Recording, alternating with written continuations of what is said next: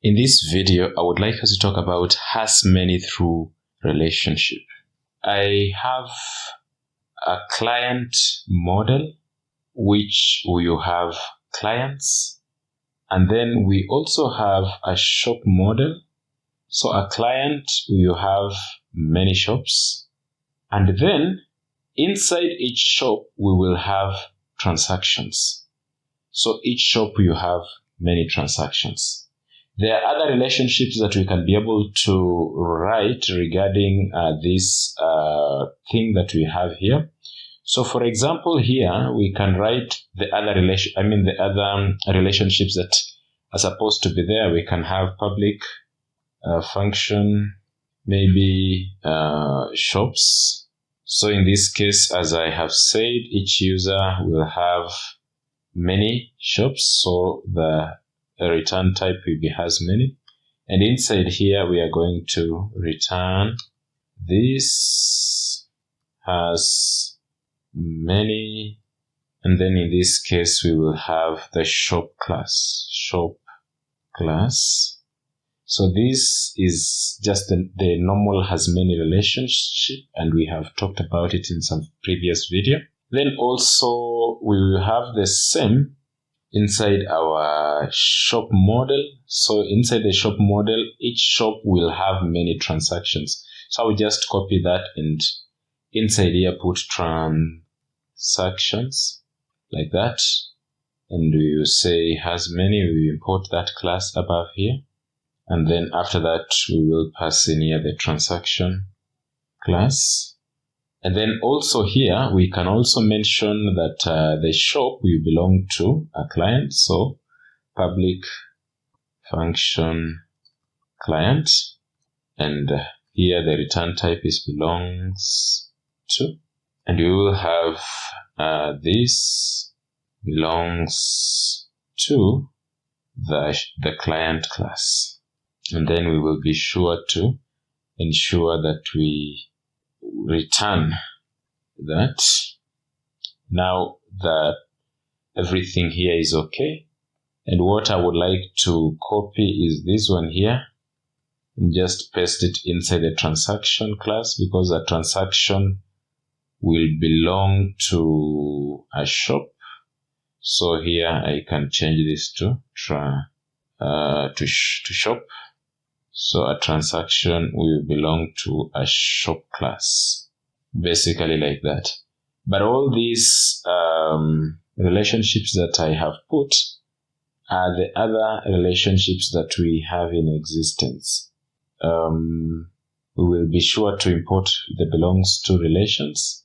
And now other relations in these models of ours are set up. And these ones are not the has many relationships. These ones are just the belongs to and the has many. But the has ManyThrough is now when we want to check. So if we have a client and this client has many shops and these shops have many transactions, what if we want to get all the client transactions? So that is where the has ManyThrough relation comes through. So we are going to set it here. And what I'm going to have is a public function. Maybe we can call it a name. Maybe we can say shop transactions or client transactions. Maybe that is a better term. Client transactions like that. And then the return type is has ManyThrough. That one.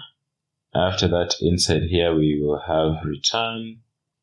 This has ManyThrough, and in this case we are going to pass the two classes. So the first class that we are mentioning is the class that we are checking. So in this case we want the transaction. So that is what I'm going to have here, transaction class.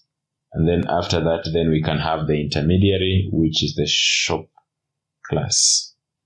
And just by doing that, we can be able to access all transactions that belong to a user, regardless of how many shops they have. So it will pick all of them. And just to show you something, I have the client factory. So in our client factory, we're only having in our factories, we are having the name only that we are creating. Then we have the shop factory where again we are just doing the name. Of course, if you are working in a real scenario, you will have more than those columns. And then lastly, even for the transaction factory, I'm just passing in a sentence. And then in our database seeder, this is what I'm doing to generate my factories for whatever it is that I'm working on. So I'm getting the client. I'm creating 20 clients using the client factory. But then I'm having a function and I'm passing in the client. And then I'm creating a shop factory. And then creating 20, in this case, records of a shops. And then passing in the client ID. And then again, we will still have another loop whereby now inside each shop, we are having the transaction factory creating 20 entries for each shop. So basically, that is whatever it is that we have. So if we run migration and seed, we will be able to create all these records that we have. So I would like us to go ahead and see how we can be able to access them. And so what I've been doing, we have just been going to the web.php file and then we have been listing those values here. So let me comment out what it is that we have here. And then so what I want to do is just fetch a client. And since we have 20 clients, we can fetch any number. So client can find any number between 1 and 20. Then, of course, we can import the client model above here. So app models client above here, such that we can be able to go ahead and use it. And then after that, now we can go ahead and just fetch the transaction. So what I want to do is to dump the transactions. So we are going to say client. So we are using the client to fetch all the transactions. And then we are going to now pass in client transactions like that. And I believe that is what I have been able to set inside our client model. So let me just check if it is client transactions. That is the name that we have called it here. As you can see here, we are capitalizing the T, but now when you are referring to it, you can be able to just reference it the way we have it here. And so after that, I would like us to try and check and see if we can be able to access that.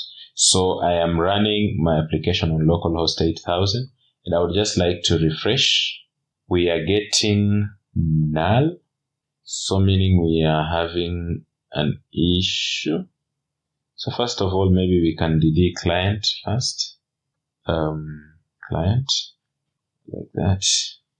Let's refresh and see. And we are getting that, so that is okay.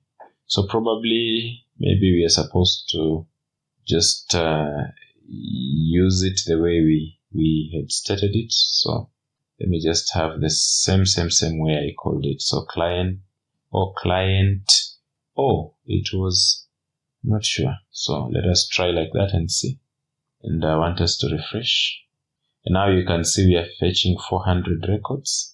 All these records are the ones that belong to the specific client that we have. So all the 400 records are the transactions for just that one client. So sometimes you may have a situation where you want to skip the intermediary and fetch everything after the intermediary. And in this case, our intermediary was the shop, and we are fetching all the transactions regardless of which shop these transactions belong to. And that is what the Has ManyThrough relationship has been able to assist us to do. So that is all I wanted to share in this video. If you like the video, you can give it a thumbs up. If you're new to this channel, please consider giving a subscription. And if you have a comment, you can shoot in the comment section below. Thank you very much.